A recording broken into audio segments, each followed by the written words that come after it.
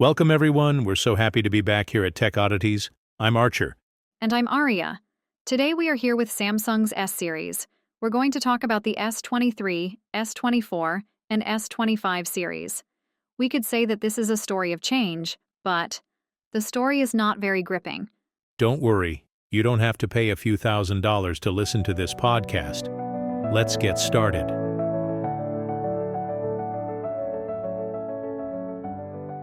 What did you think when you first picked up Samsung's new flagship S25? Honestly, I thought, is this the S24?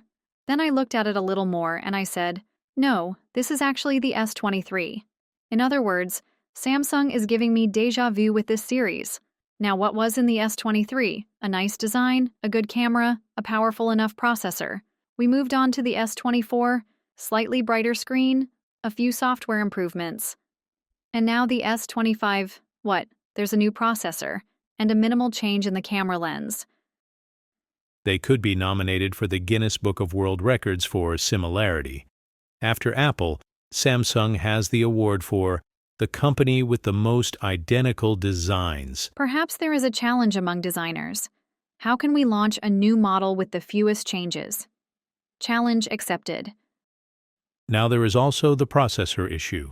Samsung announced that the S25 comes with the new Snapdragon 8 Gen 4 processor. On paper, it's 20% faster CPU, 30% better GPU, and 40% more powerful NPU than the previous generation. But the real question is, do you feel the difference in everyday use? That's the point. Do you really feel the difference in everyday use? I mean, is it much faster than the S24 for social media, email, messaging, and even gaming? Obviously, such improvements often look great on paper, but in practice, they may not make a difference for most users. Exactly. Maybe only those who do professional video editing, heavy gaming, or AI processing will feel the difference.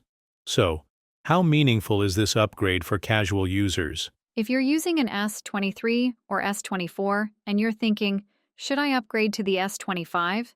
Don't expect a dramatic difference in speed, because in daily use, the speed difference should be measured in milliseconds. So, if you don't feel any slowness in your current device, is there a need to spend over $1,000 just because there is a new chip? That's debatable. What about the camera? 200 megapixel camera? It's like a marketing game. Exactly. 200 megapixels means you have to rent internet speed from NASA to download the photos. Who uses that many megapixels? I'm taking a picture of my cat. Do I need 200 megapixels? You can enlarge your photo and see craters on the moon, but when you take a selfie, the result is a Picasso painting. There's a lot of artificial intelligence, but it doesn't recognize my face. It says, "Is that you? Are you sure?" There's also the fact that they take Google's AI features and present them as their own inventions.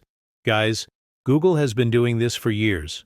Don't play games with us. When they should be thanking Google, they are boasting, "This is ours." It's a bit like copying and saying, "I did it." Samsung S23, S24, S25. When you put them side by side, you can't tell which one is which. If the design team doesn't have a pen, I can help. So who do you think should buy the S25? If you're using an S22 or an older phone, maybe you might consider it. But if you have an S23 or S24, you don't need to. I completely agree. Samsung needs to introduce some real innovation now, but at the moment they only make minor updates every year. Also the price. The starting price of the S25 in the US is around $1,200.